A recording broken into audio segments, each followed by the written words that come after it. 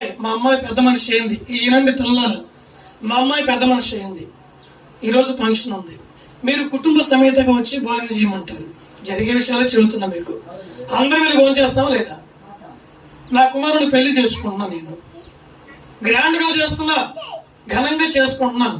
కాబట్టి బంధుమిత్రులను, స్నేహితులను, నాకు తెలిసిన వాళ్ళందరినీ కూడా నేను పిలుచుకుంటున్నా, వచ్చి భోజనం చేయమంటారు. అందరినీ భోజనం చేస్తారా లేదా?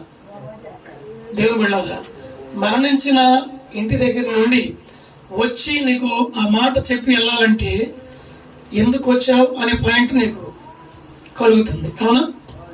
చనిపోయిన వ్యక్తిని ఇంట్లో పెట్టుకొని నా ఇంటికి వచ్చి భోజనానికి రమ్మంటుంది అని ఒక ఫీలింగ్ ఉంటుంది, లేకపోతే డౌట్ ఉంటుంది, కొంతమందికి భయం ఉంటుంది, కొంతమందికి కలవరం ఉంటుంది. ఎందుకు వచ్చింది నా ఇంటికి? ఎప్పుడు వచ్చి పిలిచేటువంటి ఆ జ్ఞానం బుద్ధి లేదేమికి అనుకొని కొందరు కోపడతారు, కొందరు అంటారు, కొందరు సైలెంట్ అవుతారు.